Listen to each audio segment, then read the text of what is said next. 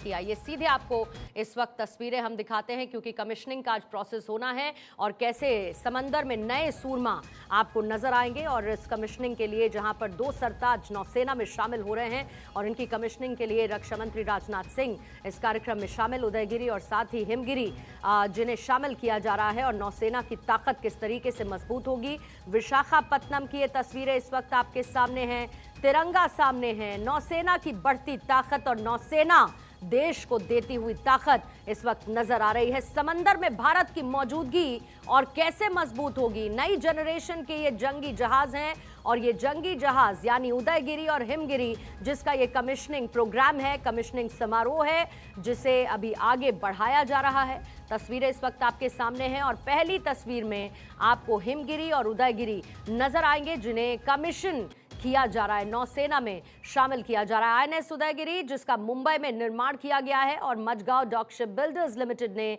इसे तैयार किया है और इसकी कमिश्निंग का ये कार्यक्रम चल रहा है आंध्र प्रदेश में भी, जहां पर आईएनएस हिमगिरी का कोलकाता में निर्माण किया गया है। एक मुंबई एक कोलकाता में 2 जगहों पर इसे बनाया गया है और इसके साथ ही जो पुराना आईएनएस हिमगिरी से इसका नाम प्रेरित है, नाम वो लिया गया है और आईएनएस उदयगिरी का मुंबई में निर्माण हुआ है। ये दोनों ही नौसेना की ताकत को और ज्यादा प्रबल करेंगे और ज्यादा मजबूत करेंगे, जहां 2 जंगी जहाजों को शामिल किया जा रहा है। इंडो पैसिफिक क्षेत्र खास तौर से जहां पर चीन का बढ़ता दबदबा और इंडो पैसिफिक क्षेत्र में चीन एक जो प्रेशर बिल्डिंग एक्सरसाइज करता है, यह सीधे तौर पर उसका जवाब और रक्षा मंत्री राजनाथ सिंह आपको तस्वीरों में नजर आ रहा है। दोनों की मजबूती, दोनों वॉरशिप की मजबूती ऐसे कि किस तरीके से दुश्मन को पलक झपकते वो जवाब दे सकती है। इन दोनों जंगी जहाजों का खास तौर से हिंद महासागर में मौजूद रहना भारत की रक्षा ताकत को और ज्यादा मजबूत करता हुआ नजर आएगा। विशाखापत्तनम से इस वक्त ये लाइव तस्वीरें हम आपको दिखा रहे हैं जहां पर कमिश्निंग समारोह में सुनते हैं रक्षा मंत्री राजनाथ सिंह को। DK Tripathi, chief of naval staff, very dynamic and well performing member of parliament Shri CM Ramesh, vice admiral Rajesh Pendharkar, यफोशीस in C Eastern Naval Command, Admiral V.S. Shekhawat and Admiral Sunil Lamba, former Chiefs of the Naval Staff, Vice Admiral R. Swaminathan, Controller of Warship Production and Acquisition, Commodore P.R. Hari, retired CMD, Garden Reach Shipbuilders and Engineers Limited, Captain Jagmohan, retired CMD, Mazgaon Dock Shipbuilders Limited, Captain Vikas Sood, Commanding Officer Designate INS Udaygiri, Captain Robin Chakrabarti, Commanding Officer Designate INS Himgiri, defence ministry और Indian navy के सारे officials, media के मित्रों, देवियों व सज्जनों, आज INS Udayagiri और INS हिमगिरी की कमिश्निंग के इस हिस्टोरिक मोमेंट पर आप सबके बीच उपस्थित होना मुझे बेहद अच्छा लगा है।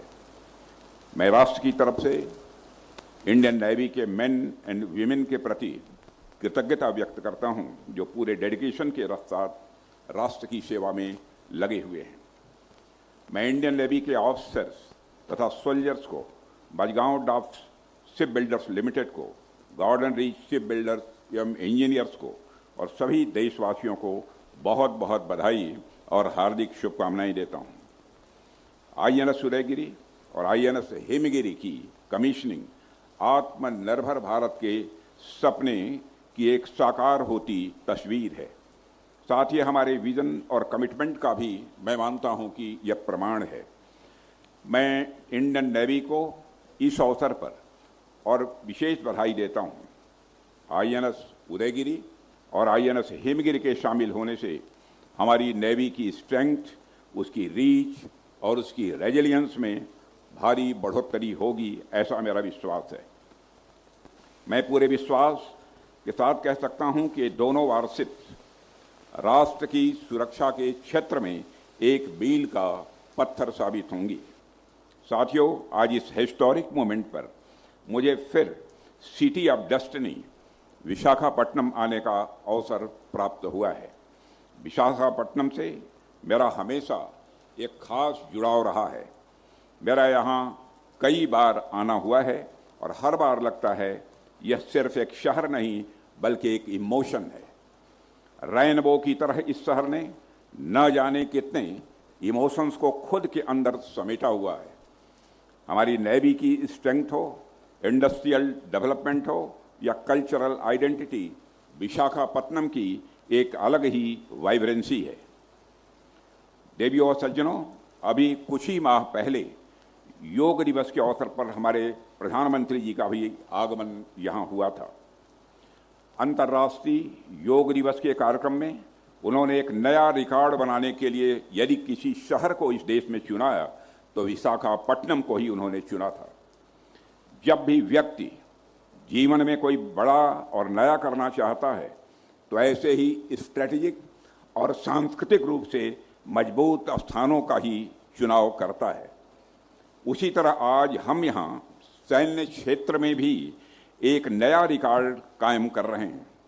आज विशाखापट्टनम में INS उदयगिरी, INS हिमगिरी की जो यात्रा शुरू हो रही है वो भारत के गौरव की यात्रा है, कोई सामान्य यात्रा नहीं है। यह कमीशनिंग सबके लिए गौरव का विषय है। साथियों, यदि मैं INS उदयगिरी और INS हिमगिरी की बात करूं तो इन वारशिप्स के नाम भी अपने आप में इंस्पिरेशन हैं। उदयगिरी जो सूर्योदय का प्रतीक है, हमें यह याद दिलाता है कि हर नई सुबह नई ऊर्जा, नई चुनौतियों और नए अवसर लेकर आती है। वहीं दूसरी तरफ हिमगिरी नाम जो हिमालय की अडिग और अचल शक्ति का प्रतीक है, यह बताता है कि समुद्र की लहरों पर भी भारतीय नौसेना हिमालय की तरह ही अडिग है। देवियों व सज्जनों, जैसा कि आप सब जानते हैं कि GRSC द्वारा निर्मित हिमगिरी और MDL द्वारा निर्मित उदयगिरी, ये दोनों अत्याधुनिक वारशिप्स हैं जिन्हें पूरी तरह भारत में ही निर्मित किया गया है। इन वारशिप्स के हथियार और सेंसर पैकेज इन्हें सागर का अजेय प्रहरी बनाते हैं। मुझे बताया गया है कि इन वारशिप्स में कई एडवांस कैपेबिलिटीज भी शामिल हैं। ये दोनों वारशिप लंबी दूरी तक मार करने वाली और surface to surface air missiles, supersonic BrahMos missile, स्वदेशी rocket launcher, torpedo launcher, combat management system और फायर कंट्रोल सिस्टम जैसे अत्याधुनिक और बेहद जरूरी सिस्टम से पूरी तरह लैस हैं। मुझे पूरा विश्वास है ये दोनों वारशिप्स समुद्र में चलने वाले बेहद जटिल और जोखिम भरे अभियानों में एक गेम चेंजर साबित होंगी ही।